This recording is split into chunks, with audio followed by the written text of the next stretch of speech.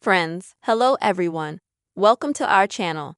In this video, I will tell you and also show you how you can very easily disable the back button press on your iPhone. Friends, please be sure to put your likes under the video, subscribe to our channel, and don't forget to write your comments after watching. So, friends, let's get started. And if you have the back button activated on your iPhone and you'd like to turn it off, maybe it's bothering you when you're holding the iPhone, that can happen. It's very easy to do. To do that, friends, go to Settings. And I'm going to show you from the beginning how you can turn it off.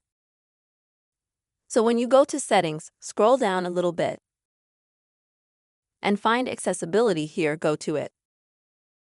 Then in Accessibility, select the Touch option. And in Touch, scroll down to the bottom. Here you'll see the back button option at the bottom. Click on that. And you can disable both double and triple touch on back button.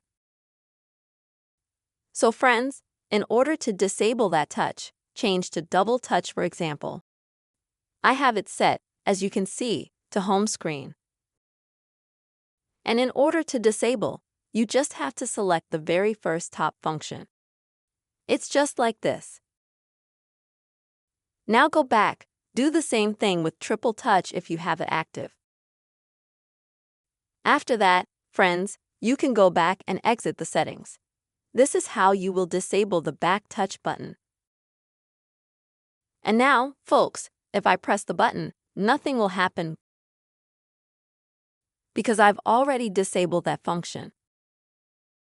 This is the very quick, simple way you can disable back button press on your iPhone very easily. Friends, I really hope this video was helpful and useful to you. Write your comments under the video, subscribe to our channel, be sure to put likes. Bye-bye.